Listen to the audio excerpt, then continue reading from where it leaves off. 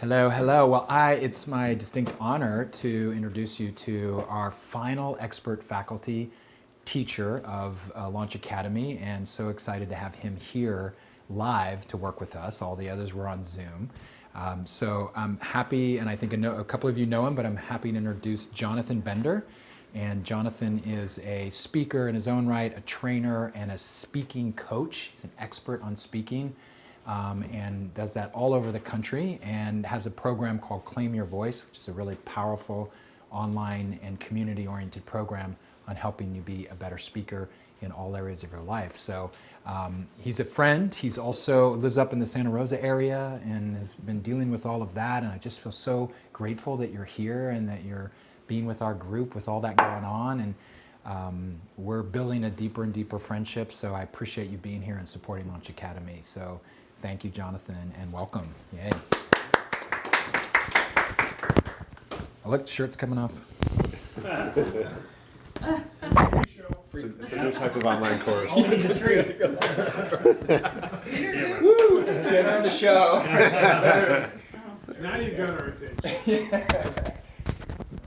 All right. See, he's a pro. Look how quickly. Yeah. I've done this a few times before. All right. All right. So I know a couple of you, but I just want to first get your names so I know. James. April. Christina. James, April, and Christina. Okay, great. And I know Lion and Aaron. And so, so it's been an interesting week. Our house, just so you know, our house is fine. It should stay fine. We've just been evacuated and don't know when we can go back still. So we've been told the earliest word is tomorrow, and it's been an interesting, trying time and good spiritual practice, which, as we know, is sometimes awesome and sometimes still takes challenges. So I'm glad to be here with you today.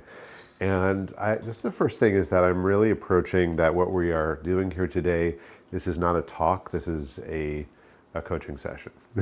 And so I'm here to work with all of you individually and then to introduce techniques that are going to benefit both everyone who is here live and who is going to be watching at a later time as well. So I have here my notes to ask you things and, and check in, and then did you tell them they're going to be speaking? Yeah. Actually, no, I didn't. It's okay. It's perfect. Okay. They did an exercise yesterday talking about their course. All right. Cool. Oh, good. So, so that what I would like to do is, rather than just teach you general things, it is really helpful for me to actually just watch you speak. And so after kind of doing a couple initial kind of check-ins and stuff, I would love to, if you're willing to just stand up and talk for a minute. And just, it could be what did you do yesterday for the exercise? Yeah, they just basically, hey, I want to tell you about my program. And it took them only a minute. And then why I think it's important is this. And they did a beautiful job. So they can just redo that today. Great. So that's all you need to do. If you need a minute for everyone if you need a minute to warm up or get the back in your system, we can also do that. So I think, what I just want to say to start off with is that a lot of people approach public speaking as something that we should just be able to do because we can stand up and speak. And there are a lot of people who have either been trained in coaches or who haven't been trained in coaches, who have just kind of Toastmasters for a few years, or decide I don't want to empower women, or we're going to speak. But it's really an art and a science.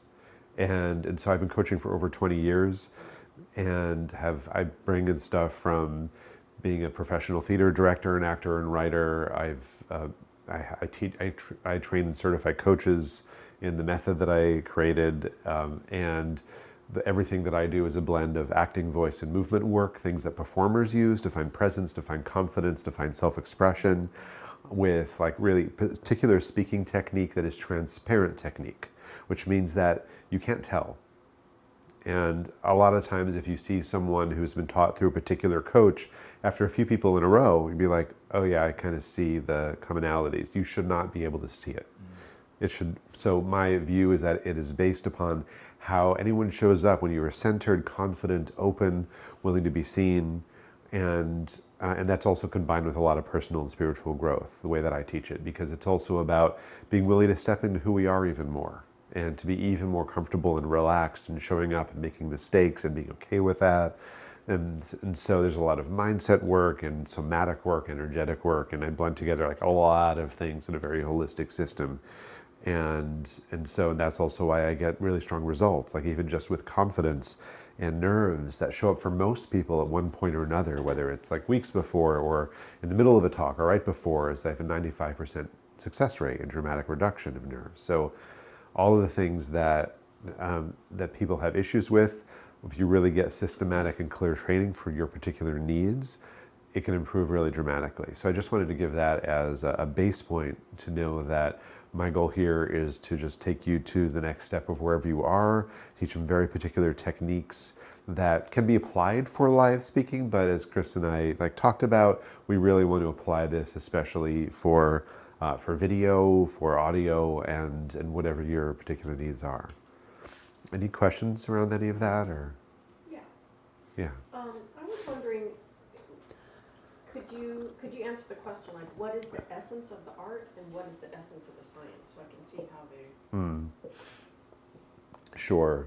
So I would say in terms of that's a really great question, of the science side, is that, well, I would say, like, for example, the way that I delineate speaking is in 5 areas, which is content in terms of what you say and how you craft any sort of talk or content to be able to really grab people's attention. And then there's confidence, and so there are many elements of what confidence is, and which is really more about vulnerability and being comfortable being seen, trusting yourself to handle anything in the moment. 3 is connection, and so that you are really deeply connected with your audience, and that also includes, like, in terms of the science, there are very specific things. I'll teach you something today of, like, I know you're not having a big emphasis on camera work here, more on audio, but there's some on video. Yeah, Zoom calls and that. Yeah, kind of well, stuff. including for Zoom, Yes. is like, how do you work with a camera? And how do you, for example, how you look into a camera and not at a camera. It's a very big difference as far as what that will look like on the other side. I have a whole body of work around just connection, and how I break that down. 4th is vocal and physical dynamics. So how you stand, gestures, facial expressions, like very specific technique in terms of the science of it. But that's based upon being totally relaxed. And a place that some people go wrong is they'll teach gestures, but it's not based on being relaxed. And you're not going to be relaxed if you're in freeze response. So it's having that training in terms of like relaxing and how do you prepare and handle that. And how do you enhance the voice, vocal resonance? My voice is a little compromised because my nose is extra stuffed because of the smoke this week. But when you really know how to enhance the voice, advanced vocal dynamics, how to play with pitch, tempo, volume, enunciation, how do you score a talk so that it's like a piece of music and takes people through it and is engaging like a journey. And then charisma and presence. And so charisma and presence are often thought of as things you have or you don't, and they can be grown. Like all of us who do spiritual work, we know that we can grow presence, but we can grow it as well for speaking as well. Now, so that's kind of like the science, is like the breakdown, the skills, how you slowly build that over time. The art, I would say, is more of how does it you, and that it's not a formula. You have to still be yourself, and to understand the art of how do you respond in the moment with what is needed. And feeling more into that. And so I think that if you think of it just as a science, it can become formulaic. And an art is where you continue to express all of your essence and how you bring that out in the moment as well, while understanding that, just as an example, gesture-wise, that if someone gestures like this, and some people like to kind of, is that you are blocking, and you're blocking the energy of the audience. So when you have more open hands and gestures, is that is going to affect the audience differently. Every single thing you do with your voice and your body has a different effect on your audience. And so depending on your vocal tone, on your body language, like I think a more obvious example is like, this is probably not going to be here, or this is going to be hiding, but also if here, this has a different communication signal that they're not going to read consciously, but it will affect them. The same thing in terms of for people who especially when we get nervous, some people tend to clench their mouth a little bit more. Or even if you open it but you are tight, it's like that has a different signal than when you're really relaxed. So it's understanding like those principles and being able to incorporate them, and also is that it's an art form because you're present in the moment and alive. Yeah. So that allowed me to do a nice little breakdown. So yeah, did that help? She's a plant. That was great. Yeah, that was very helpful. That was a plant, right? That was a great. Yeah. Yeah, other questions? I have one, Jonathan. Yeah.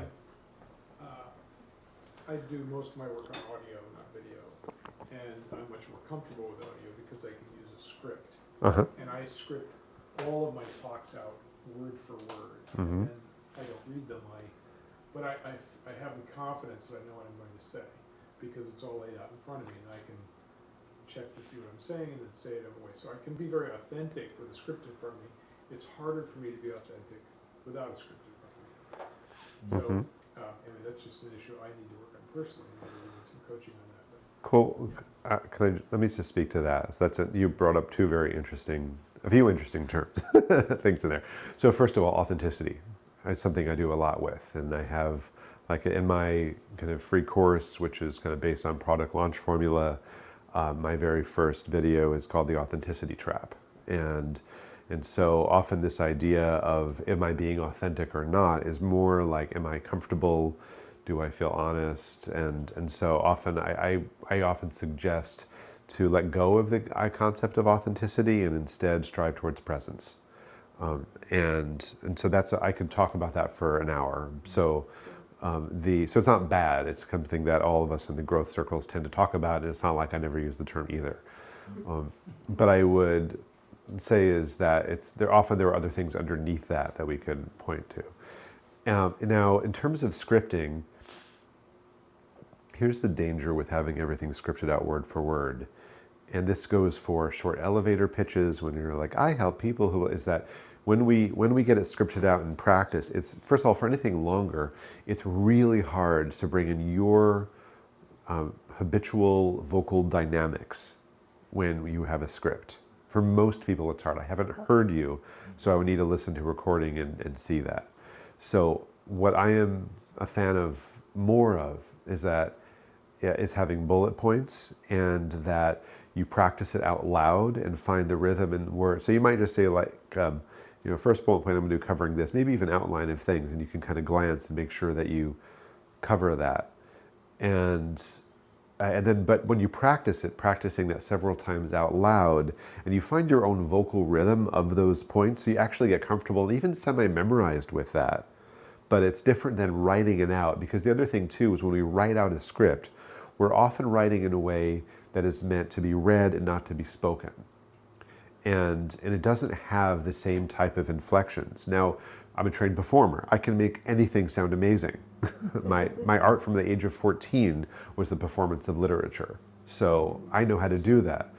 I train people how to do that. But it is a longer arc of learning for most people. And again, I'd have to hear you. Maybe you're fine with that.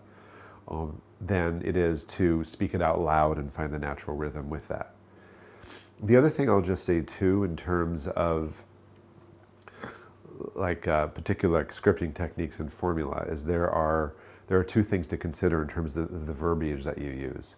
One is, now I don't know what you've taught them or not, but I think I see this a lot in terms of any sort of scripting, is that it comes formulaic. It can be like insert words here or start with these words. You have to make sure those are terms that you would say. And second, it has to be niche specific. So if you're a niche, if you were CEOs are going to respond very differently than massage therapists. So basically like generalize as far as the type of languaging and phrasing, and you have to find that way of using the general principles of it. This kind of goes back to the art and science, and if you want to use that metaphor, and to find it so that it really brings out like your voice and who you're speaking to, while also making sure it's hitting those main points that we know are also going to be effective with any sort of scripting. Did I answer your question, or did I just derail my own thing? Okay, great. Other immediate questions?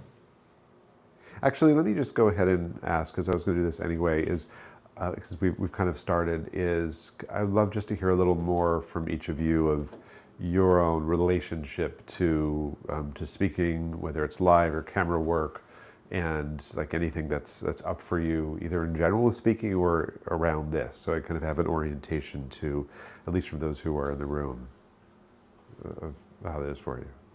Thanks, sir. And just tell me your name one more time. James. Yeah. And I've found that the thing that gets in my way is I'm usually not quite as prepared as I probably could be. Uh-huh. And so I tend to wing it a little more than, I know that's my growth edge, is to do more scripting. And I feel pretty comfortable in front of the camera. I didn't used to be, but I'm pretty comfortable. And I feel like when I'm in the zone and I get present, I can get present. I have some, maybe I talk too much with my hands. I probably use them a little bit too much, but I feel like I can bring presence. Great. Thank you. This is mostly virtual. You're not doing any talks in person. I am starting that actually, and I have done that many times. I used to run workshops and Okay. retreats, so yeah. Okay. Great. Thank you. Yeah, just go ahead. Well, I mentioned here that I'm doing Facebook Live, and I've been doing it weekly for almost the last year, and so that's put me, into the extemporaneous place pretty well. Where I have to, I write out, like, I put on the camera a piece of paper that just sort of things I don't want to forget to mention. Mm-hmm. It's still a little awkward, but it's getting better, I think. I do some live speaking. I'm also going to be on a summit, an interview kind of situation, and I have done Zoom calls with people in groups. I do some workshops. Mm-hmm. And anything else as far as like any issues that comes up for you? Or? Oh God, yes. Well, I had a situation where I was speaking to a group, and the avatar in the group changed at the last minute, and for some reason it threw me, and I pretty much left my body for the entire thing, and it was frightening, and I don't ever want to experience that again. It was horrible. I was horrified by what happened, so don't want that. Great, thank you. And I did Toastmasters. Okay, great. I've done some public speaking and some videos. I do a lot of teleseminars and telesummits, and those are spontaneous, but I usually prepare a lot. I just had one a couple days ago, and I read all my materials so that I could respond to his questions. So I think I'm actually better than I think I am. Because when I watched my video, I went, oh, that's pretty good. So I liked how I came across without scripting and spontaneously. But I do get very focused on detail, and that's probably where I go wrong. And I do have a lot of ums and ahs that I have to edit out of my recorded programs. Okay. Even with the script, I still and ah a lot. I'd love to get rid of those. He just edits them out, though. That's what Yeah. he does. It's like, I can't do it simultaneously. I can just like edit it here. I'm editing. You're editing in your head. Could you edit me in your head? Well, I can tell you how to stop saying them. What's that? I can show you how to stop saying them. Yeah. So, Yes. yeah. great. And that'd be good for all of us, probably. Yeah. I'm sure it's, it's in Um, my vocabulary. Yeah. We should Alright. just make it a vocabulary word. So my relationship with public speaking is it saved me academically. Is it what? It saved me academically in high school because the nature of my dyslexia is I panic when I have to write things, especially back in the old days with a typewriter.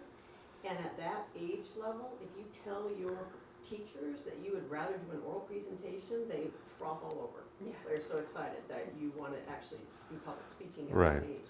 So I didn't write a paper through all of high school. I just delivered everything as oral presentation. And it really wasn't until computers and cutting and pasting that I could actually start to stomach writing something. So I have this sort of romance with oral presentations because it really allowed me to succeed, Right. which I wouldn't have been able to otherwise. So, but it's also really old training. It's like debate school cards sort of training. So it feels old. And so anyway, right now in my life, I have a like a 30-year time frame of live presentation with workshops. It's a very, you know, they're only there because they're paying to be there. So everybody who's listening to me is already pre-inclined to believe me and listen to me and love me. So, I mean, but I'm very good at speaking to audiences about shamanism in whatever language they understand. That's one of the things that switching how I'm going to talk about this to my audience is something that I do pretty well if I understand who my audience is. If I don't understand, then I have to wait for them to start asking questions.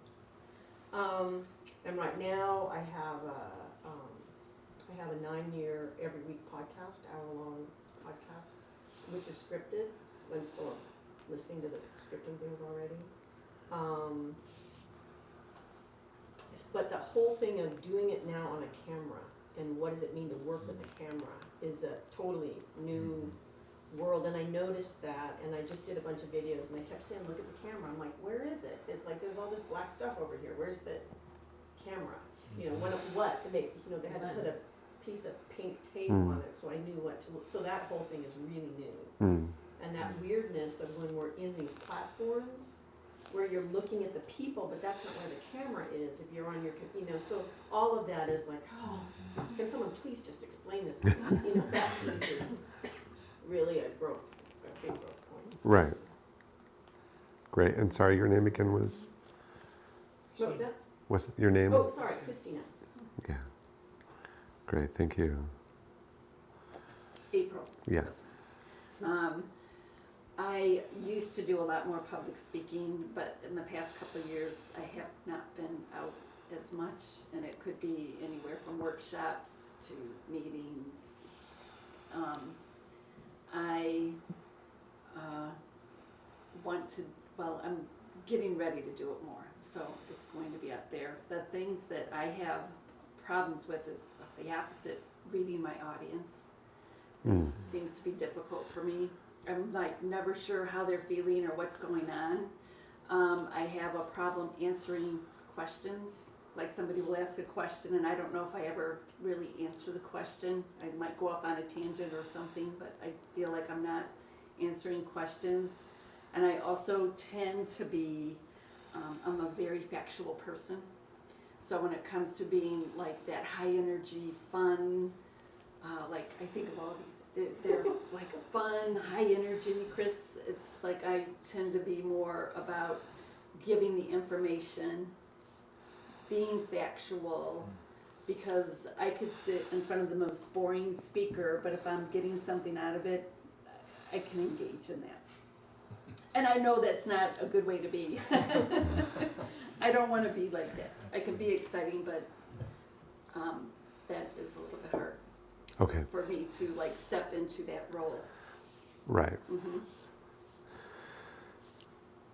Awesome. Anything in terms of people who are not here that you know that's helpful to? It'd be hard to speak to. Okay. those other folks, yeah. Great.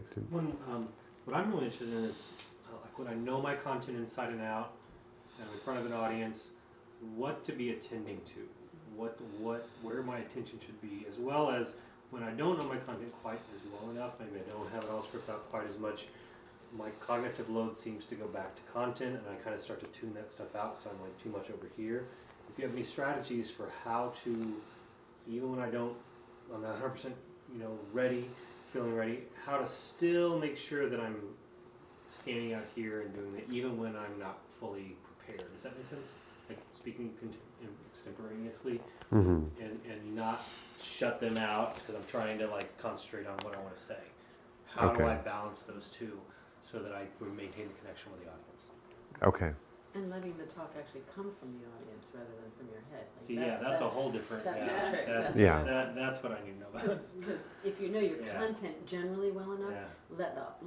I don't know how Yeah. to do this. Like that's a question. I don't know how to do that. But that's what I'd love to get to that point of like, Yes. let's co-create and, All right. and relax into that.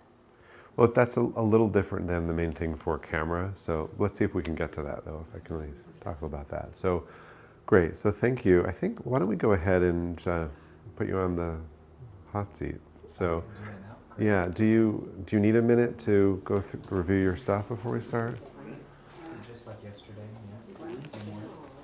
If you want to just take a minute and go through your, Can we have our stuff up there? I think you want to know things up there because you Well- gesture Yeah. and holding your laptop or something. That's. I would say you don't want to hold your laptop. Right. So if you need to, then do it. If you can do it without it, it's better. So, yeah. And I'm gonna just have a bite of this while you're. Yeah. There's So some much food. dark chocolate. And just so you know, the only thing you don't want to eat before you go to speak is chocolate. Really? It's bad for your throat. So most other foods are okay. Probably candy corn is not so good. I would probably avoid sugar, but can't in general. You've done candy corn before. No, I just think that's one of the most sugary things I can think of. So, That's why I said candy corn. Cotton candy, that's probably pretty good too. Kale Fun chips. for me. Yeah. On your teeth. Yeah, I know that. Any kind of bread. So we need to get them out of our computers, oh, what? and the information that can be on our computers. Yeah, just not holding it if you need it in front of you or something, so he can see gestures or how you're moving your hand. The content is not as important, guys. You just trust, talking about your course for a minute, Yeah. 30 seconds to a minute. I'll actually not really be looking at what you're saying. Right. Blah, blah, blah, blah. Pretty much you can do that. But you do need to say something that's meaningful. Just know that I'm not worrying about the right word or.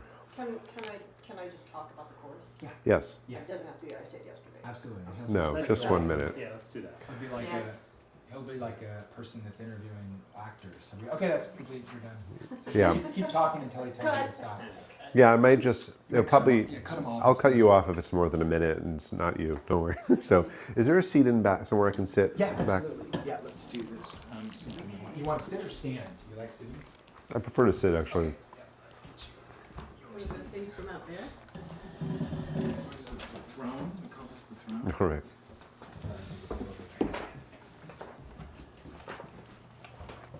Right there, we got this view. of the Awesome. house. Remember, you're on mic. So. Yep. I'll chew loudly. Somebody's check. That was mine. Thanks. Mine, I'll take it.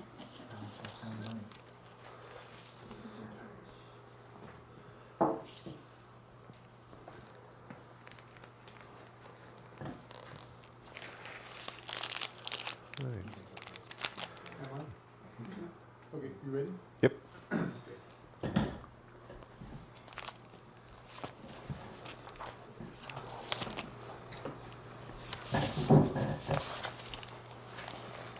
So as coaches, you know that your clients come to you for help. They're here and they want to be here. They want to achieve something or they want to stop having something in their lives. And your job is to help them go from here to there, from wherever they are to wherever they want to go. And along that path, they get stopped. They get distracted from the things that you've offered them to do, or they get stuck in themselves. They start resisting whatever it is they have to do to get there. And what I'm going to teach you is to go deep into the subconscious mind and find the core of that cause of whatever has stopped them or gotten them stuck. And there's a wide range of tools to do this. One of them is called the belief closet process. Okay, just pause there. Yeah. You know what? I just realized we also talked about sitting in a chair, and I don't know if there's another chair. I don't know if we can set up. I'm actually just looking at like a computer or camera or something to. Would you prefer that? Is it? I mean. It's actually helpful to do like 30 seconds of both. Great. And I can actually easily stand too. So continue on with doing Yeah. sitting position. Actually, just start over. Okay. Can I make a suggestion? Would you mind sitting a little closer? Because we're only using one mic. And we can hear you, but it would be better reception, better quality if you're a little bit closer. Because that one's not good in the road. That's a scratch mic. That's not good. It's, Like right here? this is much better quality. I'm gonna stand up anyway, We because I'm in could back. pass the mic to each, but then we gotta pass it Yeah, back to if you him. could just sit a little closer, that will be, we'll just get a better sound. Okay. Yeah, just come around. So his mic can pick him up? That- From here? It's better than here, put it that way. Yeah. So, Jonathan, so this is talking into a Yeah, do you actually have a computer or some camera or something that he can Yeah. look Do you into? want me to add Zoom, or just so it actually has a camera, or just the No, that's all right. just That's the okay. web? Just the prompt. We don't have to do this too. I think you just want to give him an essence in there. Yeah, So it is helpful If that, you wanted to yeah, just be looking like this. is that- yeah, Yeah. yeah. Okay. So what I do is I always make sure my camera is here, but that would interfere with. I don't have anything to prop it. It's all right, just emulate it the best that you can. Yeah, that's perfect. So as a coach, you want to be able to reach into that client's subconscious mind and find the cause of what is causing the resistance, what is causing the distraction, what is causing their just impossibility of moving forward. So I'm going to teach you a number of tools to help you move right into your client's core, right into the core of their consciousness, and discover what it is that is causing their inability to move forward. And once you do that, they will suddenly be able to zoom forward and accomplish all the things that you're recommending they do. Okay, that's great. All right, thank you. Stay on the hot seat. Awesome sauce. No, I think, let's go ahead. I'd like to see everyone Oh, actually. good. And instead of giving feedback? Yeah. Okay, all right.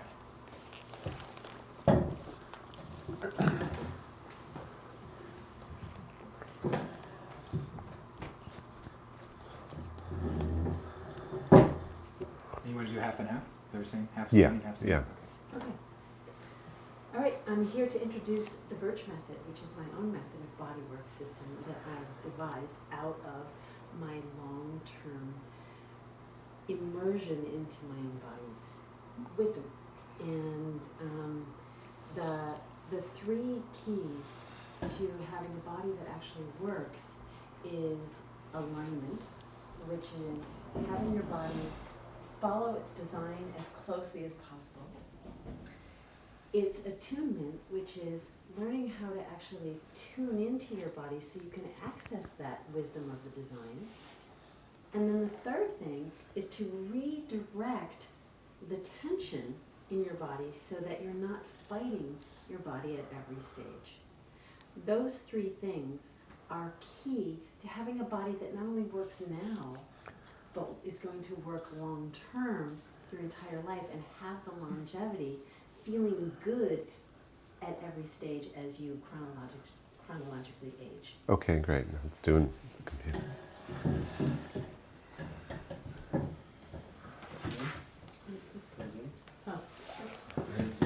Oh, She's seen herself? yeah. Having a body that works, like that's gonna be your key to living a long life, but also a happy and quality life that you want, so that you can have the richness that life offers you. And the three keys to doing that are the three fundamental principles of the Birch method. And the Birch method breaks down into three A's, three components. The first A is alignment.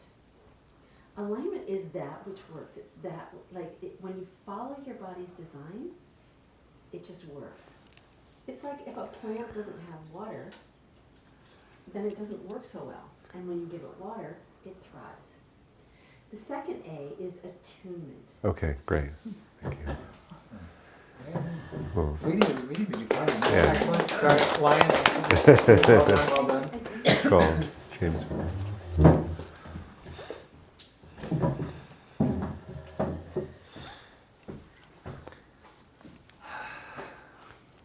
Hi, my name is James Mayfield Smith. I'm founder of Breakthrough Circle.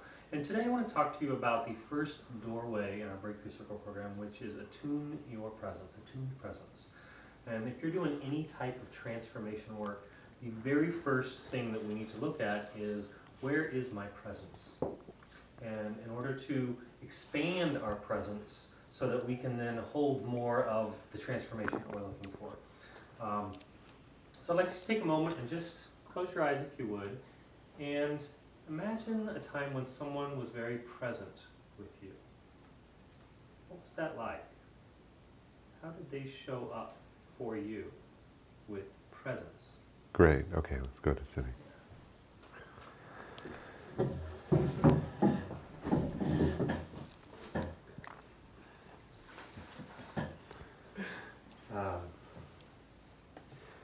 So we'll often hear people talk about, oh, he's present, or he looks present, or he is or isn't present. But really, a better question is, what am I present to? Is my presence here with us in the present, or is it in the past with something else, or something that happened in the past, or is it in the future, or is it wrapped up in some emotional dynamic that is present for me that gets in the way of me being able to actually connect with a person or to work with myself in this specific way. Sorry. So we really need it to the computer only. Oh, to the computer only, okay, got it, that makes sense. Okay. Yeah. Thank you. Just start from the top again, just do a little bit. Okay. So one helpful question to ask is not whether or not I'm present, but what am I present to? Am I present to this now moment? Am I present to the task at hand, to the interaction with the person in front of me? Or am I present to maybe a memory or something from the past? Or maybe to the future and some worries or anxieties that I have? What am I present to? And how is that going to serve my intentions here? Great. All right. Thank you. All right. Christina, do you want to do? Is there more water? Oh, yeah. You want Pellegrino? Is that okay? It's all gone. Hang on 1 second, Christina will get some more. Thank you.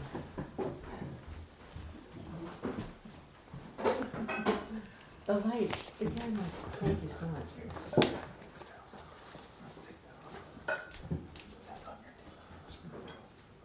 It reminds me always of that moment where you're behind the wings and you come out on stage. Yeah. It's a rush.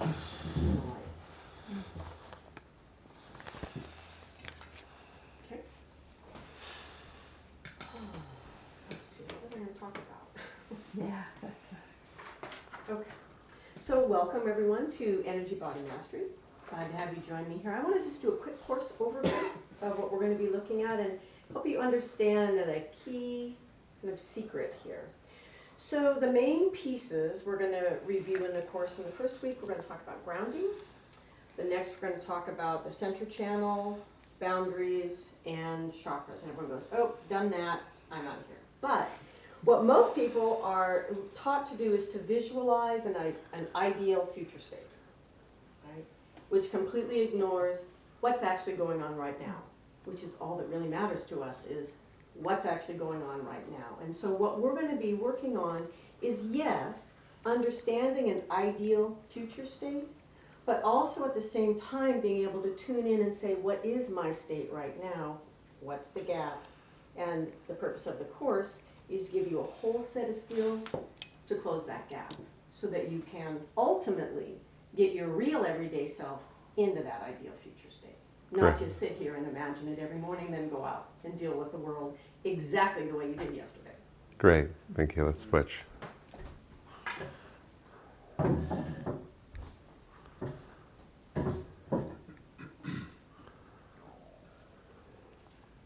Is it still on there?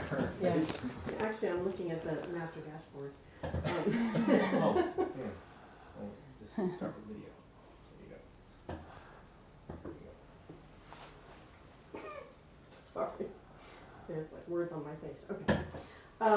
Let's see. Where was I? Just start at the beginning, actually. Yeah. Start at the beginning? Yeah. Yeah. Okay. Welcome everyone to Energy Body Mastery. So, and now let's do it to the computer. All right. Bye, you guys. I'm going. So, welcome everyone to Energy Body Mastery. I'd like to do a quick course overview for you all.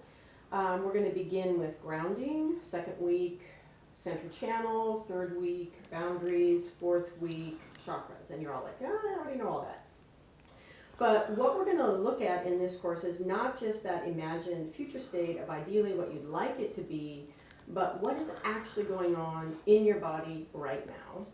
And to look at the difference between those two, to see that gap, and then the course is about many skills that you could use to fill that gap, so that you actually are living in that ideal future state and not actually just imagining it, and then going out into the day and living the next day exactly the way you did the day before. Great. Thank you. Yay. Oh, this is really impromptu, Perfect. so you're gonna get real off the cuff. See how I do, okay? Thank you for coming today. I want to start with 5 words: crazy, bad joke, scary, circus act, and interesting. Hardly 5 words we would use to describe the candidates of our latest presidential election, but that is the top 5 words that came out of people's mouths. We also had 2 candidates that were viewed unfavorably by half of the country. So the question is, who is teaching our children how to lead today? Where are kids getting their leadership skills from? If these are our role models, how are we going to teach them to step into who they are and who they can become? I wrote a book that I really wanted to research some of our great leaders and start sharing with people who these great role models are, so that our children, if you're in a house with a dirt floor in Africa, if you're a young girl in India who is not allowed to be married, or if you are the greatest leader in your high school class, can step into and become a great leader who is going to lead us to do better and greater things. Great. Great. Well, let's switch now.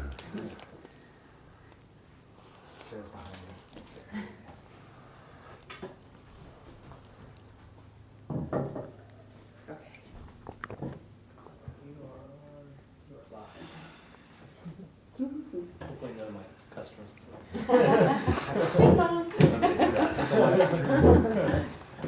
Okay, let me think a second. Welcome, teachers, to our workshop on teaching teens to lead.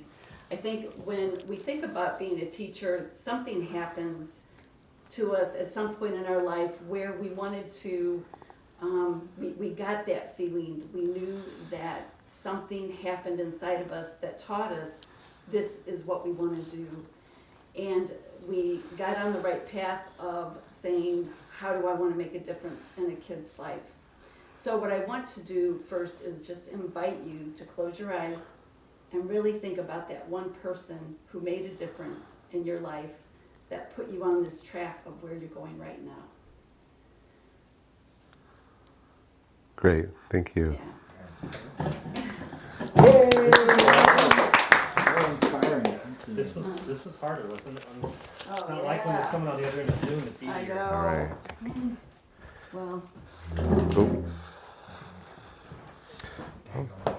Yeah. Empty. Yeah. Stand if I use the chair. Yeah. That's, I'm nervous for everybody else. oh my Yeah, God. there's 2. It's like- all right. Yeah. So how was that? It's different when there's someone back at the room grading you.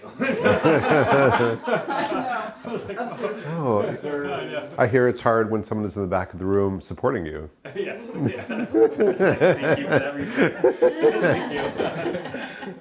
Thank you. Yeah. So yeah, that sometimes does put people on edge. What else? How was it for you? Hard to find the words. Yeah. Mm-hmm. Same thing, I didn't feel prepared. I didn't feel like I was really focusing much on you guys because I was trying to think of what to say. Yeah. Right. Yeah. So I lost my presence because of that. Mm-hmm. Yeah. What else? I really enjoy that eye contact. I mean, with actual people. Versus the screen. Yeah. It's for me, it's a big shift to move out of live teaching, Uh-huh. because a lot of teaching for me is question, Right. Q&A, kind of shapes a lot of where a particular class goes and helps me know who the audience is and what level they want to learn at, and Mm-hmm. everything online just, that's largely gone. The eye contact, are they listening? And then you see all those little exclamation points go up, which shows they're not paying attention. Like on the screen, and you're like, is anybody even listening to me? And at least with the podcast, I don't have to care because I know they're not. You know, they just talk for an hour and they can listen to it whenever they want to. So it's just weird. There's a lot of weirdness with the technology, I guess is where I'm going with that. Uh-huh. For Okay. me, Right. relative to in person. Mm-hmm. Yeah. Let me just make a quick note of I something. think also talking for this short period of time doesn't allow us to drop in, Yes. you know, so like after a certain point, we just be like, oh, I know this. Oh, this is, like, they're here and I'm here, and it's okay. Getting comfortable. Yeah, it doesn't allow you to, like, Mhm. drop into the good place of just, where you're just talking. And you know, there's a, for me, when I speak live, it feels like there's a separation. Like, it just feels like I'm up here and they're out there, and it just feels like I don't know how to bridge that gap. When you speak live to a live audience? Yeah. That's And- what I was talking about that one incident where I was Right. just like, Is that true for you when you're on camera? Like Facebook Live. less so. I mean, because you get a little bit of feedback. You see the Yeah, hearts. hearts going across the screen. I'm like, "Aw." Mm-hmm. I noticed that, Yeah. I noticed that my attention gets split, and part of my attention goes back onto me when I'm on camera. How do I look Uh-huh. coming across? It's like, and I get in that loop of thinking about how am I doing rather than presenting. When I'm in front of people and I'm just presenting, it's easier. Or when I'm on audio and I'm not thinking about how I look, then it's easy for me to flow outward. Right. Anything else? Okay. So many good things to speak to. So let me. I've now notes scribble all over. Let me Are you gonna do work individual feedback backwards. at some point for each band? Some individual and group techniques too. So first of all, generally I think that using video is better than audio in terms of like initial enrollment stuff. But however, if something is working for you, then you can go with what's working. I just have found much more of a trend toward video because it's much more personable, but if it's working for you, then I don't think you have to. Again, this is where it's like do whatever works for you. So I will say that a big part of my work on connection is you have to first be connected the right way with yourself first, and that rather than being self-conscious, it's self-supportive, and learning how to have that. This is a moment where you can use this as a way to have a better relationship with yourself. The way that I look at it, because it's, again, I look at speaking in whatever form as a peak experience with all our stuff comes up. and so like, oh, well, how can I have that level of self-care and appreciation and all of that stuff. So what you just named in terms of looking at yourself, I think comes up for a lot of people in a lot of different ways. So,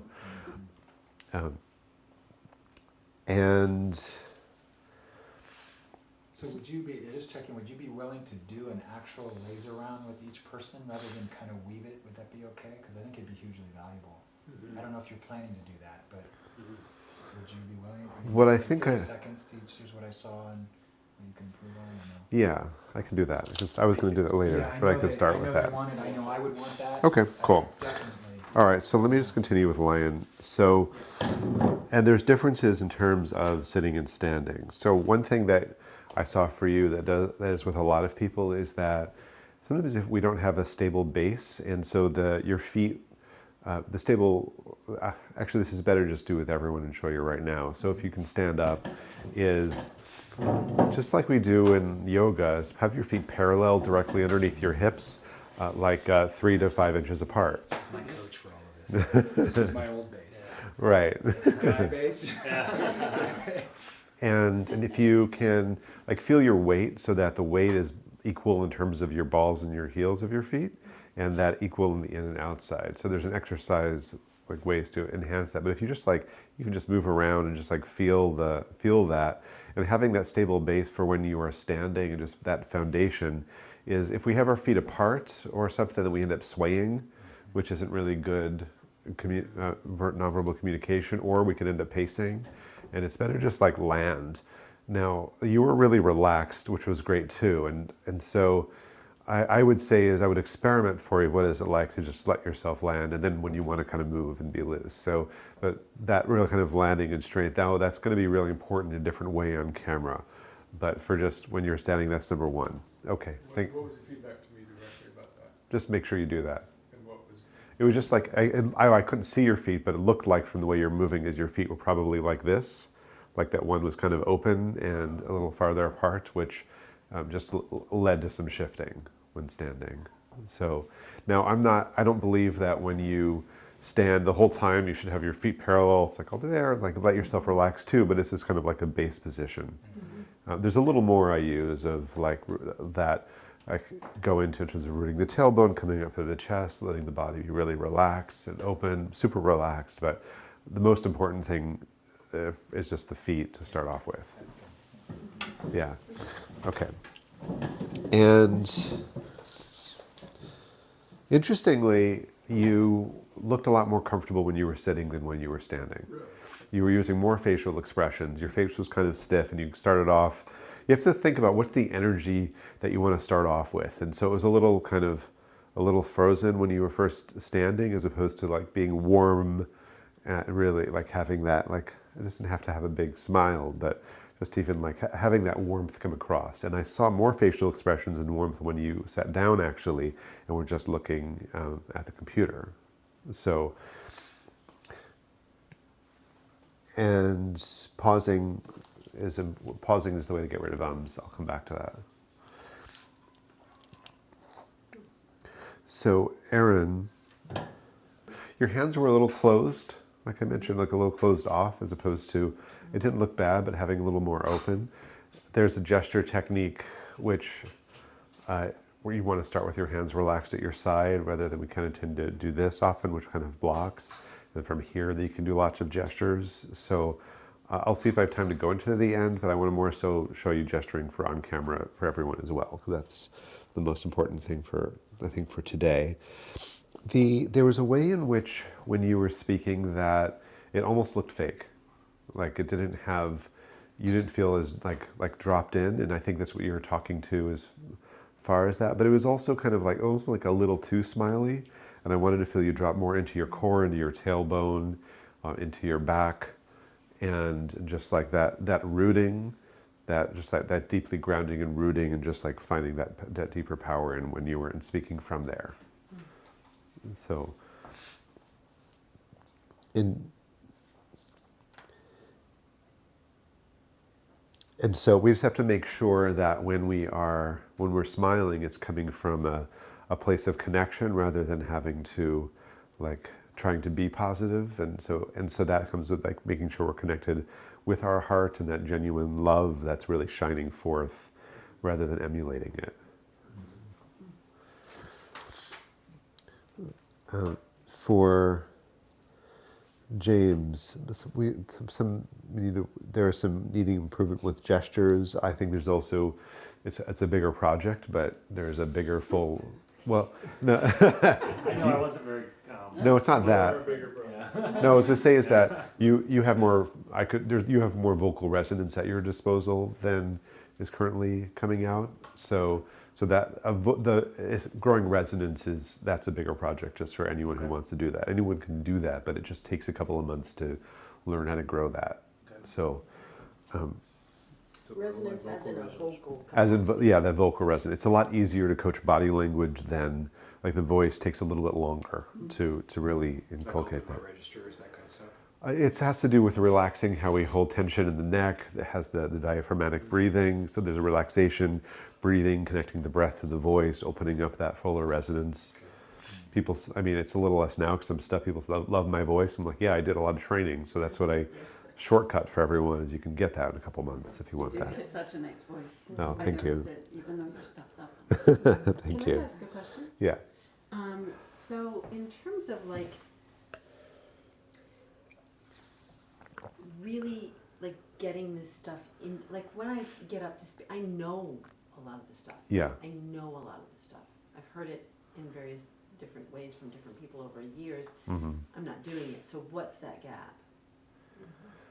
So there's a difference between, I mean, I don't know if this is the answer for you, but in general, there's a difference between knowing and having it integrated.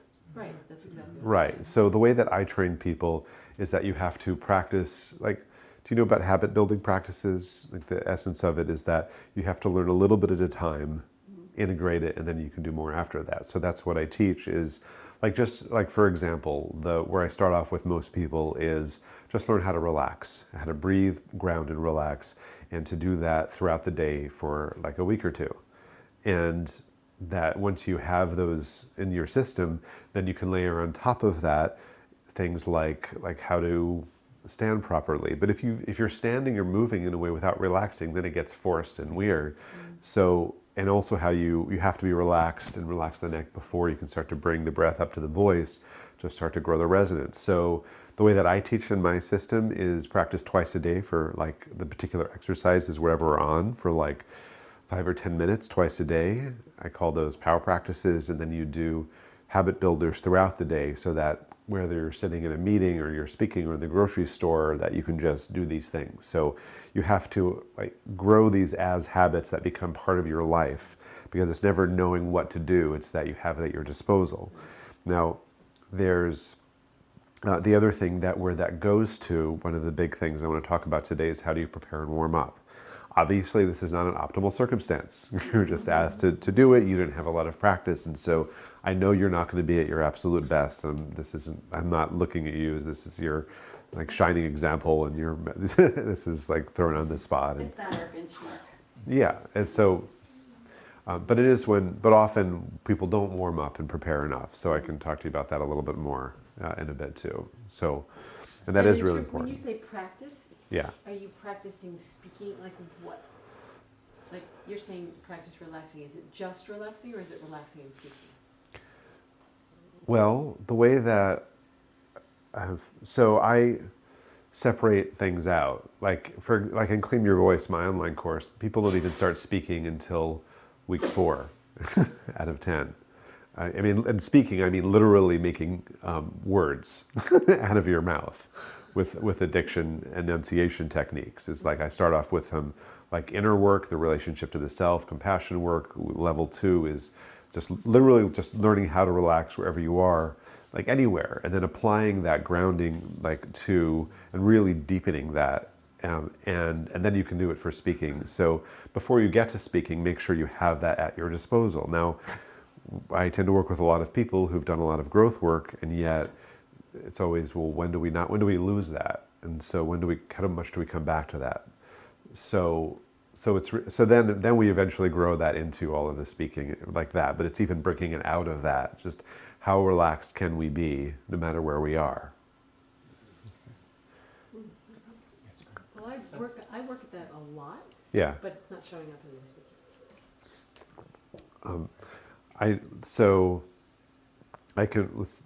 I'll put you back up here in a second. Okay. Actually, no, let's put you up here now.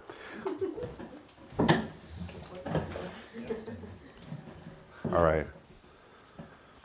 So, did you go through Thrive? Yeah. That also means you had a particular level of training and role models. I mean, not that you weren't speaking before, but who do things in a way that, like, I really like Cheryl and Jesse, but I think this stuff is fairly contrived and enforced. So if, for you, can you focus on your tailbone and just feel some weight and let it drop? That goes really counter to my system. Mm-hmm. Would you be willing to try it? Yeah. Okay. Kind of to your system that you teach, you mean, or? Yeah, my tailbone lifted is exactly where I want people, where I want my own body. Because of the relationships, but I'm willing to try. Okay. Just give it a try first. Feels wrong. Cool. So that's great to notice that. And you can come back and never do it again after 2 minutes from now. So can you feel weight in your body, more importantly? Can you let yourself be heavy? And can you hold your arm? You can try this if you like, and just like let it drop. So feeling like just movement weight down is the most important thing. And just shake it out a little bit. And you can, you're welcome to do this along if you like. Let the jaw drop a little. Find a nice deep diaphragmatic breath.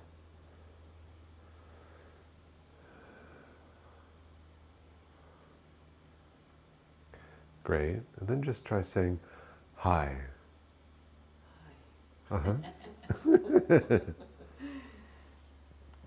Now I just want to say I'm shortcutting many steps of technique and trying to get to a point. So the most thing is feel the weight.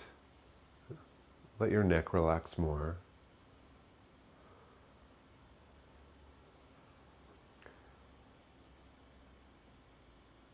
And just try going, hi. Hi. Uh-huh. And now do that, but project your voice out a little bit more. Hi. Good. Great. Now there's also some tension in the TMJ area that can be released a little more, that allow that to open more, but that's really good. And can you now, like from that, can you just try doing from here? From here is like just look at different people and have real curiosity about each person, like just wondering like what's going on for each person in their lives. And when you look, point your nose directly at them.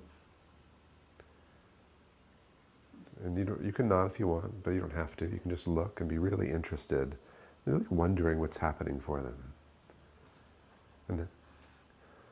And how much you can honor their experience and appreciate them. Okay, could you start your talk now that you did before?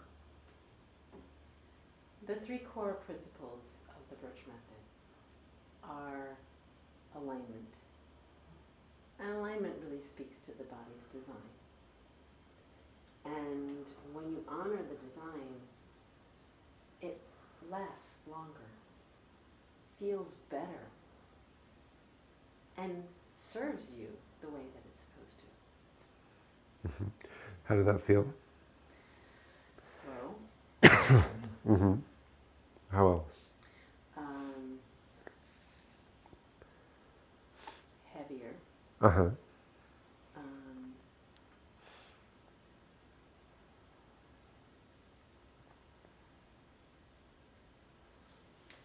I can, like, so this is what happens for me, is that I start to want to leave my body. Uh-huh. Right. Yeah.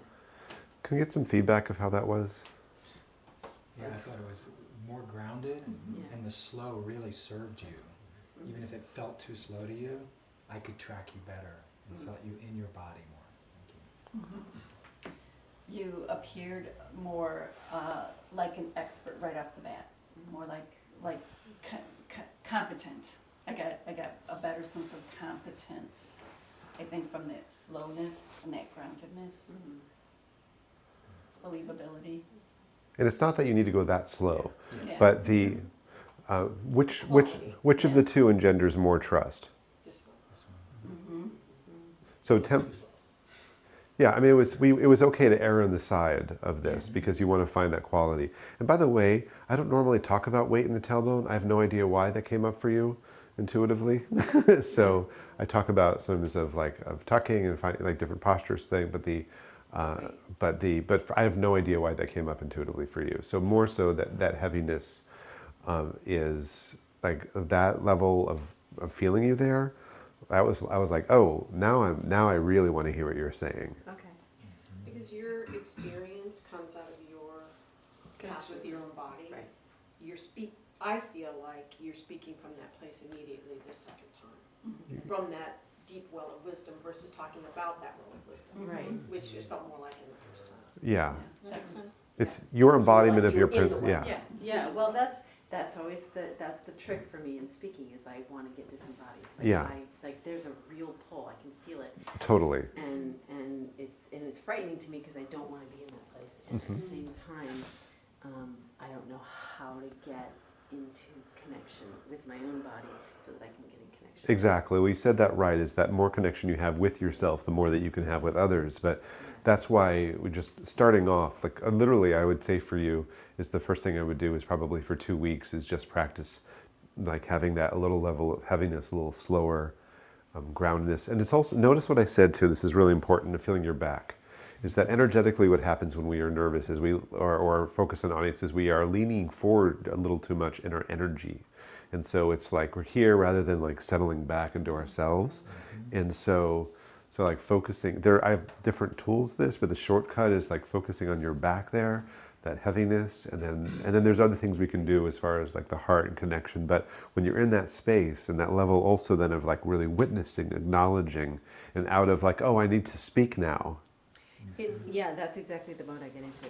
My brother has a saying that says that when you're talking about the people that Lion was referring to earlier, the people that he's jealous of, like the big people.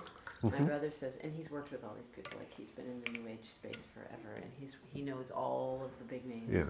And he said, the back is as big as the front, which is like the unacknowledged back. Right. Like so I like that you said that, because that way I'm speaking from back here. I'm speaking from the back rather than just presenting the front. Totally. Yeah. Well, it's also part of like being there for yourself rather than Yeah. just so.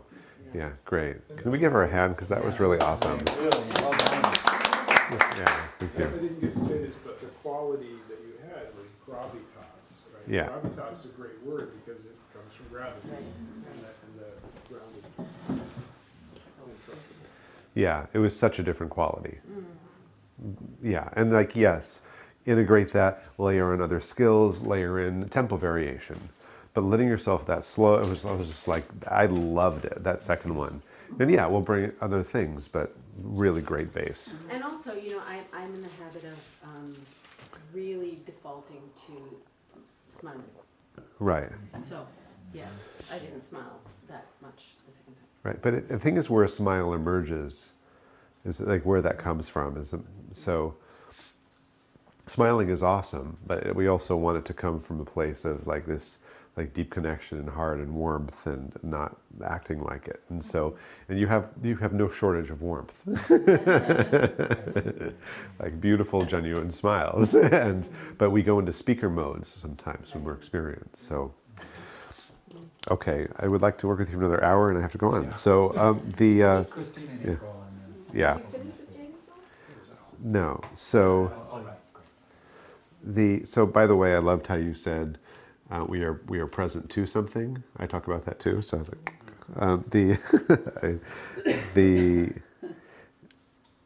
so yeah, making sure like gestures have to happen inside the frame of the camera, and so it's really useful when you're working to see yourself and to position the camera, that you have to make sure your gestures can be seen when you want them to be seen.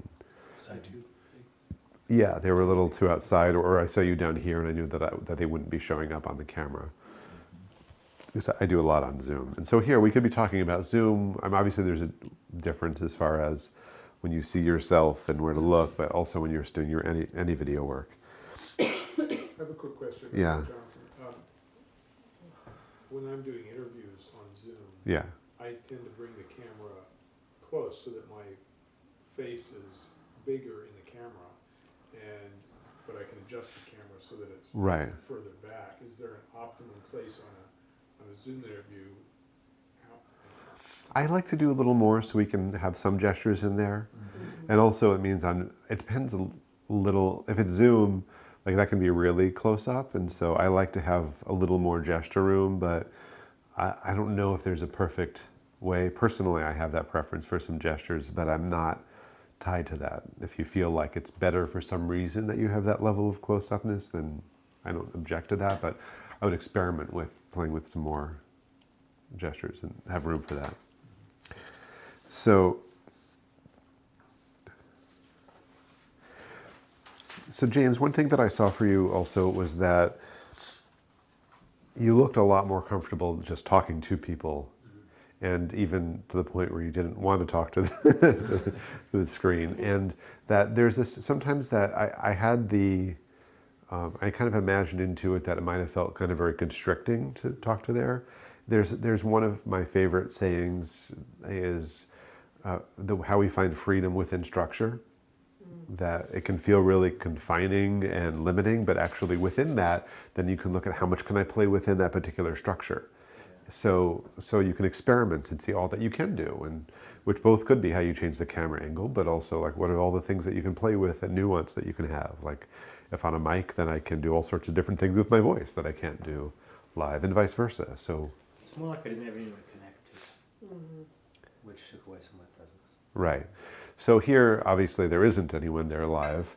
So let me just, it's kind of fun actually peppering in some techniques as we're going around. So if you have is everyone, who doesn't have a computer here now? I only have a iPad thing. iPad. iPad. Okay. So if you have one, go ahead and open it. And if you have Zoom, you can also open that. Or Skype. Yeah. Yeah. Something where. Or even photo booth.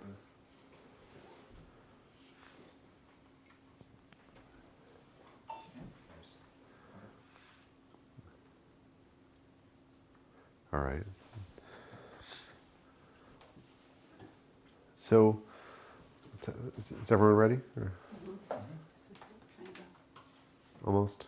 I don't know what I'm gonna be able to do.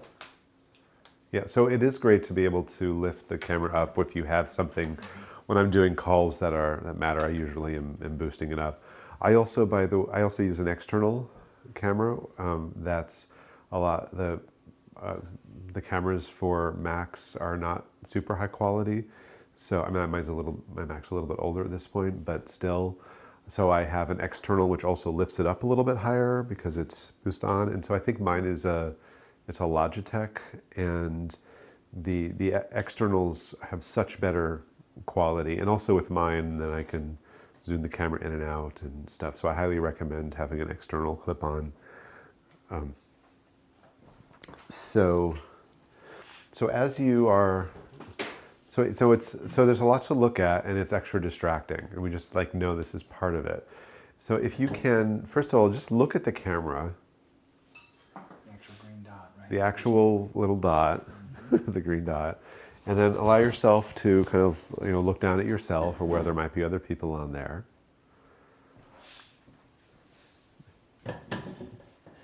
And now just like go away, if you could just skip to another window so you can't see yourself anymore. Okay, so from there now, just look at the camera. And the key is, and this is I think a little harder with this type of camera than it is if you're looking at a real camera. So if you just look at it like you're talking to someone, just like looking at the camera, you're looking at something black. And now imagine like you're looking through the camera as if it were like a portal, and there are people through it on the other side. It's almost like this tunnel. And picture someone who either you have worked with before, a favorite client, or someone maybe who you are hoping to become a client, like someone very specific, and imagine that their face is through this little tunnel on the other side. Is their face like really tiny on the other side? It's like a tunnel, and then their face, their full actual person, like they're a real person alive.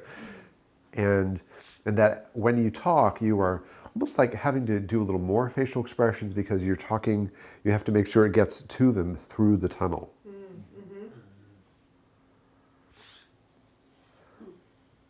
So just try like, see if, I don't know if this will be too hard but see if you can, everyone at once, just try like saying one or two of your lines, everyone is speaking at the same time, as if you're talking to them, looking at the camera.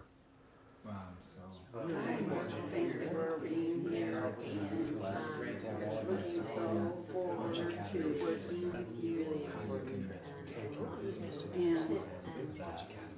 Take certain notes because Great, and now really even more think that I'm like sending my energy through time and space to you, even to someone watching a recording. And try it again. Are we exaggerating on that? Yeah, exaggerate, just to energetically intend, like I am sending this to you. So I'm so excited so about here. thank you. I can't wait to dive into Being the here program. today, we're really excited about everything we're going to cover. I think you're going to get a lot out of today and what we're going to be doing. So you'll be able to continue to All right. forward. How'd that feel? warmer. Yeah, definitely better. Warmer. I tended to try to do that. I was leaning in more. So just to know that, Yeah. my energy had to be more rather than try to send the energy from that place. Yeah. Again, that forward energy through the camera. Yeah, so it's that energy of like, I'm like, and it's very like, I have the intention, like I'm reaching you, I'm connecting with you in a way that we probably are more likely to in conversation with someone. And so that's why it's helpful to imagine someone in particular that it could even be you could even imagine someone like a friend who, like I can think of a particular friend who, when I'm, like certain friends we're funnier with, or they evoke different things, we're really comfortable. Like, picture that friend, or that person that like evokes those things from you. That would be a way to do it. To me, it feels like the difference between just doing Qigong and doing Qigong that has a contemplation. So you're adding this mind piece to Right. the thing that you're doing, and then syncing them up. Yeah, there's an intention. Yeah, And that intention is about that connection and impact. it's like giving the mind the right job.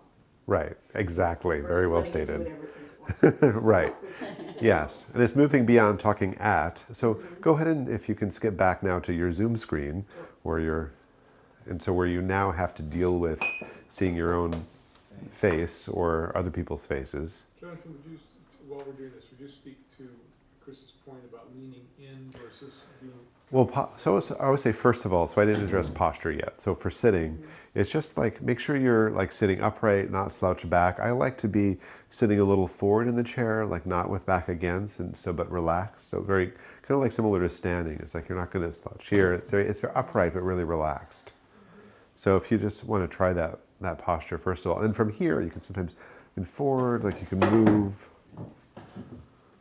But the main thing is like upright, but you have to be relaxed. You're not being scolded or graded or checking your posture. It's just, and just like imagine for you, like letting your heart shine.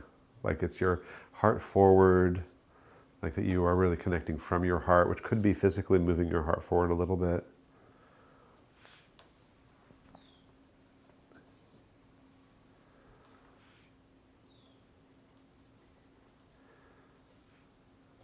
And then try it again now.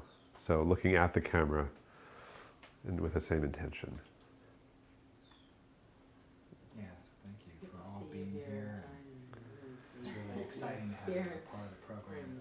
Thanks for Thank Thank you. you. Quite a journey together. We have sit with you today and talk about these things. Looking forward to working with you. Things you're gonna make. All right, great. And once more with gestures. Yes, yes. We're gonna make it happen. We're gonna make it happen. We're gonna go through the blocks. We're gonna hold you So back. they're usually gonna be But like yes, we're gonna things remind that create the worthiness of living. All right. So getting somewhere. How's that feel?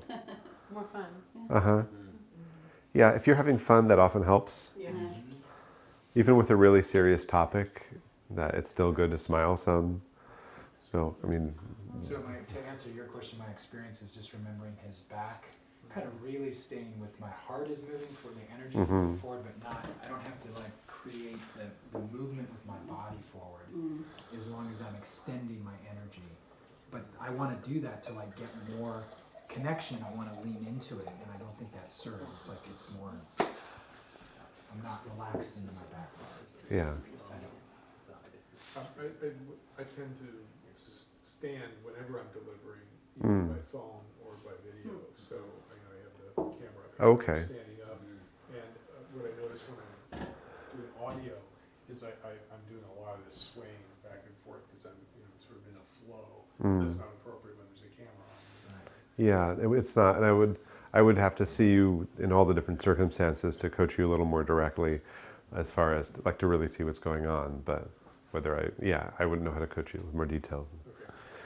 So I'm sure there's a lot more questions, but can we make sure we finish? that's why I want to move on. So let's go on to Christina. So first of all, like I really appreciated your speaking style. Like you had a really nice level of relaxation. Again, I thought maybe you're just checking the feet position to use that some as well. But you had really nice vocal variation, which was great, like tempo, pitch, volume variation, and pausing. And that seemed fairly integrated. And I would just say is make sure that you were warming that up beforehand. So I'll talk about a warm up in a second. So, and and sometimes your facial expressions came and went. So sometimes it was there, and so warming up the face is also really important. And because we often, when we're a little nervous, one of the ways that the freeze response shows up is in like the face doesn't move. And so a quick warm up, again, this is something that one of the exercises, I call it facial aerobics or facial asanas. So if you lift your eyebrows up high, and as high as you can, and then down, good, up, down, and then one up or something else. Play around, you can have a lot of fun with it. Wrinkle the nose, stretch it down. Good, cheeks down. Doing this a little faster time, but cheeks, lips around, lips pursed, smile, frown, and pucker, back. So you can do all sorts of stuff, and then you can just play with like you have to. This is one of the things to warm up. So. Like first, the way I teach is you have to learn the exercise, you have to practice and integrate it, and then you have to warm it up before you speak so that it's actually alive. And it's reintroduced and there in your system. So the way that so it's like first, learn the techniques. Second, integrate them by practicing them daily, a few at a time, and then you have to warm it up before you go to speak. I'll also mention too that whenever you're speaking in any format, that at any time you can just hit the restart button by saying, oh right, I said some so let me remember the technique to stop doing that. So you just bring it in rather than, damn it, I was doing that. So be an ally, not a critic. And that's the t-shirt for the day.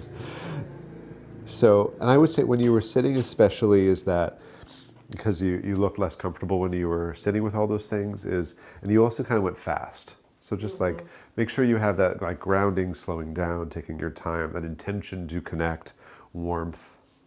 The other thing too is just keep in mind that the trust level, anything over the internet is like 1/10 of what it is in person, roughly. Okay. Is that there's so much crap and scams on the internet, and people's trust level is so low, and people can just like leave that whenever they want, is that we have to be in like a highest integrity and comfort too, but also that if we're too polished on there when you're on video, it will look fake, and it's better to be a little more real and say, hey, how's it going? So if you have to look at your notes saying, let me just want to make sure I covered everything. Yeah, okay, got it, cool. Like you can be real. And people generally want that. If someone doesn't, it's probably because their own projection of their own insecurities that are being put out. So, I am a favor that it's better to be human and still be polished and prepared and ready. But it's okay to be like human there, and it's more interesting. And It goes for live as well. it does go for live too. Yeah. And so make sure that you have that connection of just taking the time and like having that intention. I'm really connecting with you, and you can even the same things that we would do with a person of saying like I may just look around and like check it, how's that going? You can look in and look at the camera and say, does that make sense? Good. Okay. So, and Well, if you have that imaginary person at the other end of the tunnel, that's easier. right. Well, also if you're on Zoom, you can see their faces. You may just look down and check their faces. Does that? And so I also like to do a lot of interaction when I'm doing Zoom. I'll ask for shows of hands. Just like lift your hand up if you like, can I just, who's this? Or when someone shares something, does that resonate with anyone here? Is that just raise your hand or nod your head? And so I will find ways to create engagement all of the time. And Aaron, that also goes back to a question that you had before in terms of bridging that gap is really like that deep receiving, the whole flow of connection. It's like connect with yourself. Again, this is a more refined system, but the essence of it is stay connected with yourself, deeply receive them, tuning in, do a different engagement by asking them things, and checking in and doing it that way. So, April. Feet again, the same as others. I would say is that I definitely think there's too much tightness happening in the throat, and we can bring in, I would love to see some more resonance and opening, more facial expressions as well. And also, let's see, could you stand up for a second?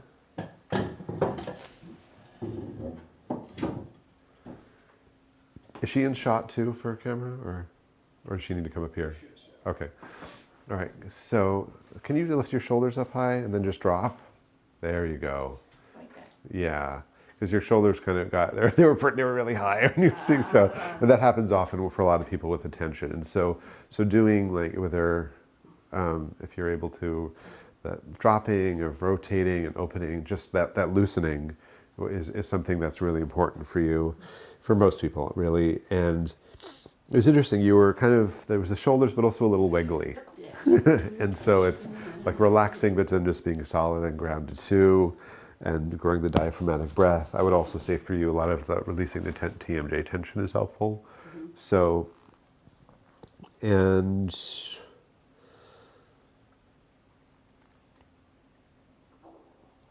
I'm just looking for things I wanted to go through that I haven't yet. Any questions at the moment? I have a question. Yeah.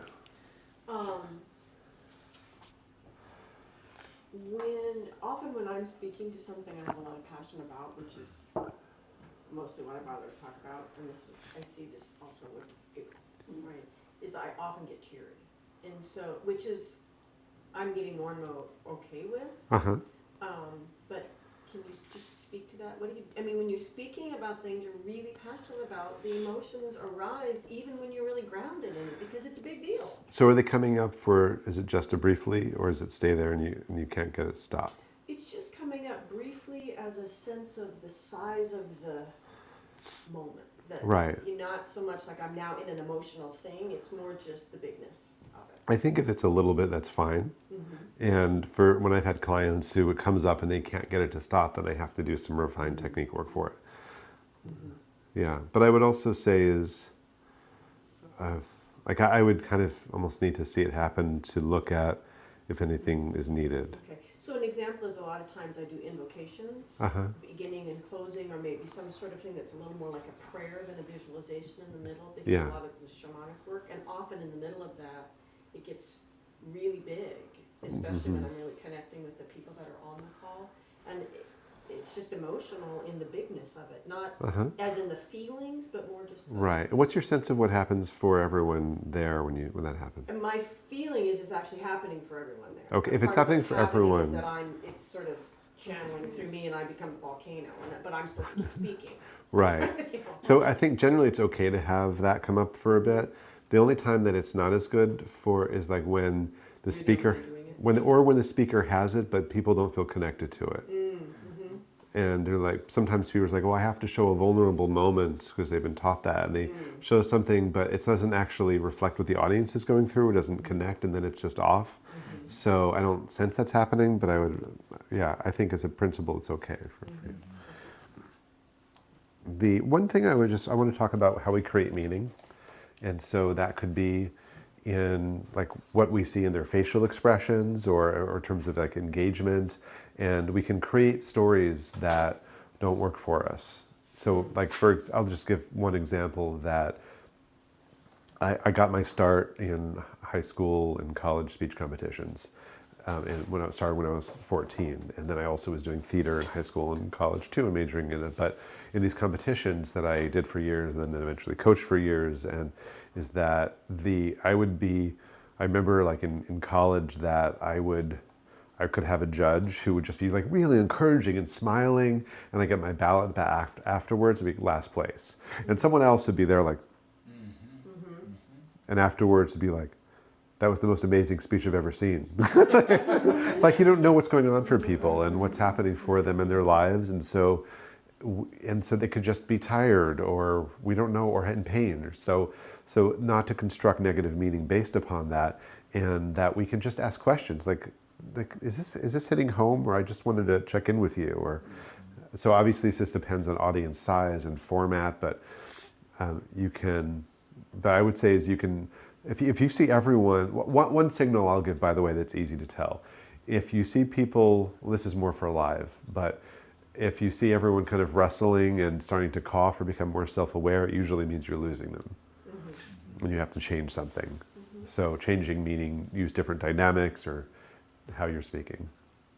So, but it's always just be okay to check in. How is this landing?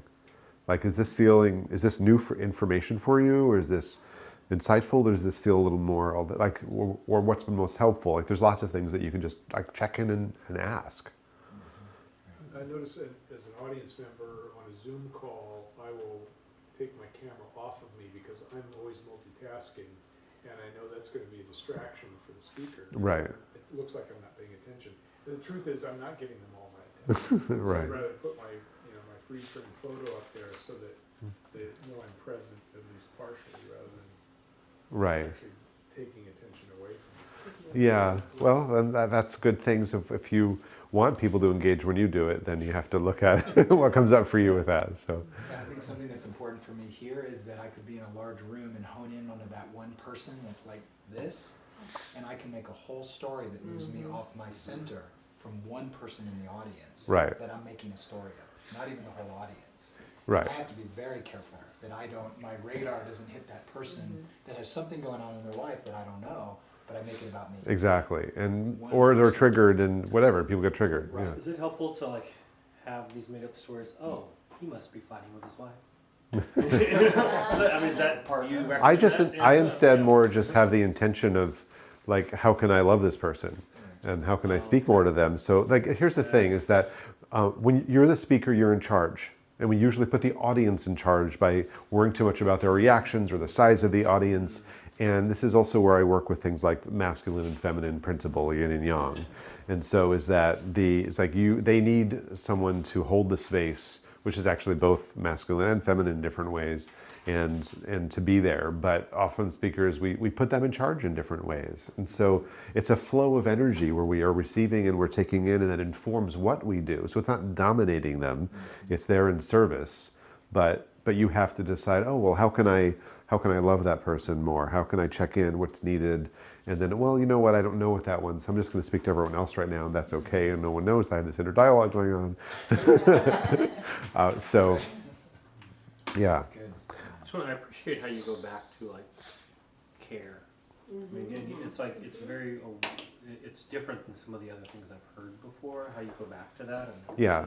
Well, it's also ultimately is like our intention is essential. And so like, even if we're there making an offer, is like, you only want the right people to sign up with you, because otherwise it's going to be a pain in the ass, like they're going to get refunds and be unhappy and be more work for you. So for me, it's like, how am I I don't want to sell, I want to be of service. So having that correct intention that is freeing and opening and comes from the heart for the right people to sign up, and that invitation rather than pitch. So those are some things I think about. I want to talk, because we're kind of running out of time. We are about 5 minutes. Okay, yeah. I really want to talk about preparing and warming up. So I've covered most of the key things, and of course, I would prefer to have 3 more hours, but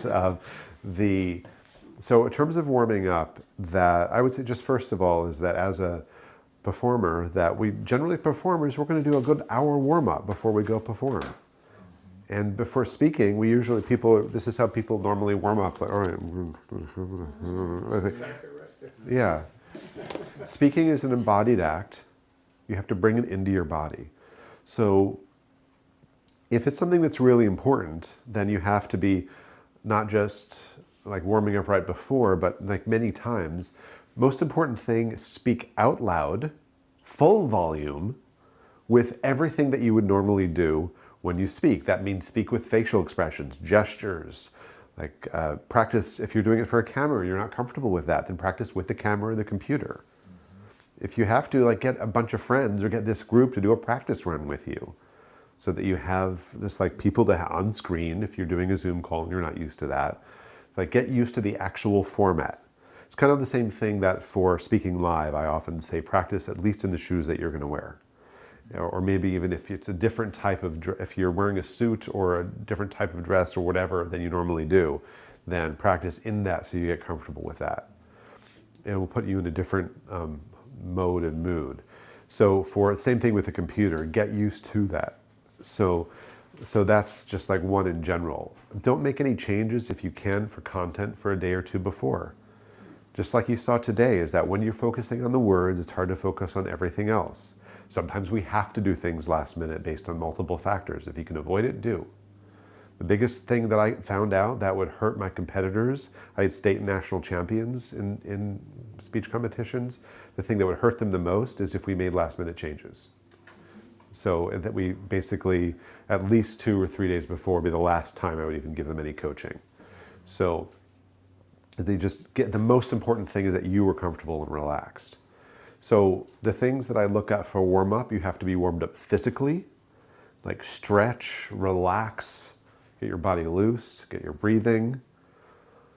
Warm up vocally, so all the different vocal exercises that I teach, that's a little longer thing for the moment, but of how you really waken your voice. So that would be like waking up your your enunciation, which is also about impact, your volume, all those different vocal dynamics that, especially like Christina, I think embodied the best today.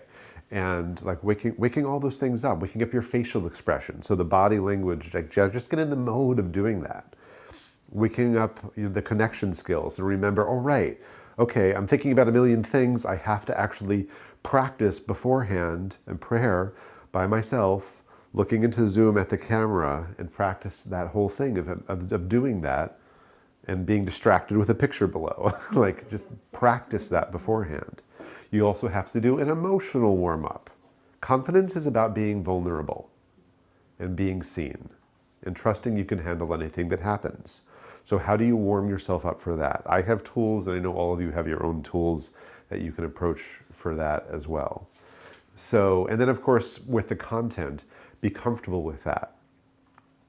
One tip for content that's very helpful is that it's, especially for something that's longer, which is subjective, longer for some is more than 5 minutes, but certainly when you're going into a half hour, Zoom call or whatever, is practice a small amount at a time, get comfortable with that, just like a minute, sometimes even a sentence, and do that like minute or 5 minutes if it's a really long thing, like several times in a row, get comfortable with that chunk. And then you can get comfortable with the next chunk and then add it together. If it's really important, do small chunks and get super comfortable with each one and then put them together.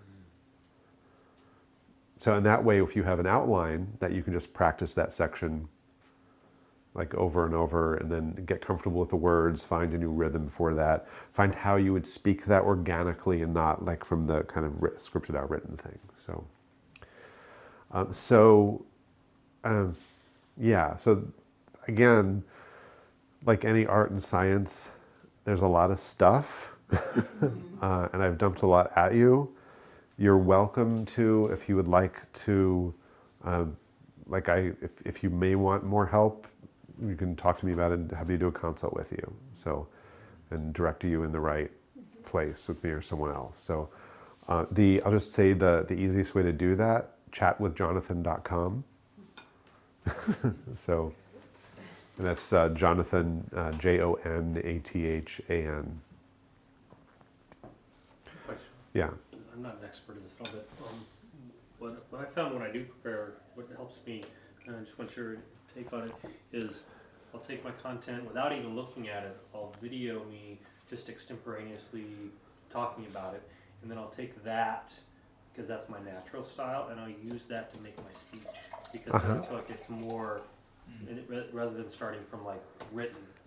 Is that something that, does that make sense? I mean, it makes sense to Yeah, me, but it does. And that's what I'm saying in terms of the outline, is like knowing the main points that you want to hit. That also could include, by the way, an inspiring quote or statistics. You may have even a few sentences scripted and then the rest. But otherwise, though, is like recording yourself speaking in your normal style is really good, because that's going to bring you back to how you are when you're relaxed and you're not trying to follow a particular and then I add in the details that I left. Yeah. Okay. I'd have to look at it in detail to check, but as a principle, that's great. Okay. I'll also say too, by the way, is like what we did here is the fast version. Like with a client, I start off with a 35-point assessment. So like the level of detail, but I always look for here, what is the most important fast thing that's going to get some fast results? And so that's what we are doing. So these things should take you somewhere. Any other last questions before we, okay. Yeah, Lion and then Aaron. I have seen a pattern myself where before a high stakes presentation, my throat just starts getting really tight. And I have tried lots of different things to figure out what's causing it, how to relax it. And I can't find it because I can feel something gripping in my throat. Do you have any suggestions? It's part of the freeze response. And it generally also causes people's voices to get tighter or higher as well. So the way that I have different things that I do just in terms of like bouncing and moving around and letting go, but it also connects with the breathing. I like to refer to, my work is very somatically based, so tension is misplaced support is the way that I look at that.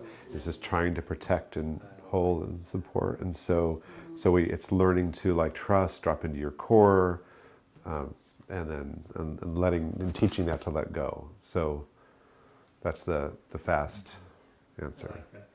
Yeah, Aaron? Have you done preparation with people for TED Talks? Yeah, I've helped craft several. So some it's a lot of helping them write it, very detailed, and others it's More presence and presence. yeah, both. I do a lot of work with the actual words. Yeah. I've crafted. Yeah, I mean when I'm crafting someone craft a talk, I expect them to get a standing ovation. So it's always my goal. So yeah. So you said speaking is embodied act, tension is misplaced support. What are any other like great quotes? So I just like get that. Yeah, Bender is. Yeah. One of my other favorites is that when you are growing your vocal dynamics, people often say, "Oh, that's not natural," and I say, "No, that's habitual." So it's what are your habits? What is your habitual voice, not your actual voice? Your actual voice for most people is more resonant than it appears. When you were a baby, you could breathe incredibly deeply diaphragmatically and belt out lots of loud sounds that got constricted as the identity forms. And so we're coming back to like this is your natural state of finding that relaxation, your real full voice. And so when you do that, however, you may feel like this isn't really me. Like, oh, well, I don't normally do that. That's not natural. And let's say, well, that's not who you thought you were. So it's growing into this bigger sense of self. So another quote that I say is that enhancing self-expression is a process of self-expansion. When we open up our voice and our self-expression in new ways, we grow ourselves as well. So that's part of the way my work is some deep growth work. Enhancing self-expression is what? Is also self-expansion, is a process of self-expansion.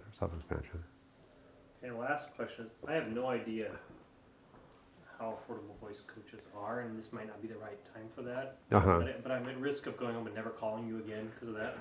So I'm just curious, what does it cost to get a 35-point assessment and just some like tips or something? Is that an appropriate question? Sure.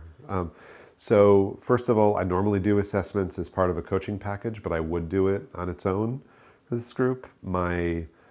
I do several different types of offerings. So I will do workshops sometimes that are a sliding scale or not. The workshops can range from 400 to 1,500. I do think it's important to integrate the skills. Claim Your Voice, the online course, is $997, which is a 10-week training. If you want to see that, it's claimyourvoicenow.com.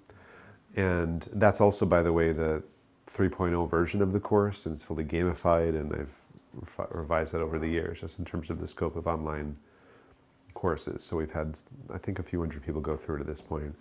So that's $997. Private coaching depends on the package.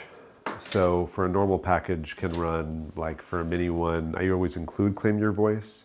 That's a great way to leverage the stuff too, because people need the skills in there typically. So packages tend to run from $2,650 to $8,000, depending upon number of sessions, what's needed, or VIP.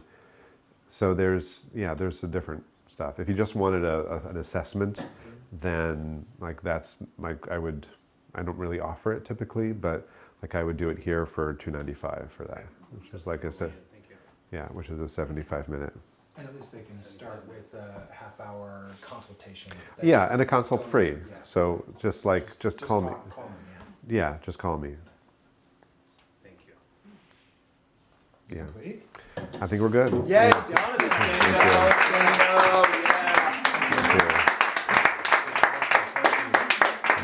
Thank you. Yeah. So stay here with me. I appreciate it. We've got the mic as well. So I really encourage you to reach out. Every one of you, you get that free half hour or whatever. Just talk with him. because he might be able to give you some important insights specifically, and then see if it works to potentially work with him. I do see more and more the need to bring all of this into that online space, right? Like most people don't even think of it, it's just in front of a screen, and boy, wasn't this valuable in terms of how you bring more presence to that online box. And our work is always going to be blended. You get that. From here on out, it's in person and online and in person again and online. That's not going away. So having the tools for both of those to be more impactful, I think is really important. So so I'm going to keep working with Jonathan. I'm going to keep bringing him into what I do and encourage you to reach out to him. Thanks, so thank Chris. you again. And by the way, just one quick note is that we spend so much time working on the words. So, but nonverbal communication, well, some people think it's 93% of communication. That's not actually true. It's a misinterpreted study. It is 50 to 80%. So people are paying more attention to how you say it, to your presence, than to the words you're saying. And so one way or another, it's important to make sure that you're addressing that.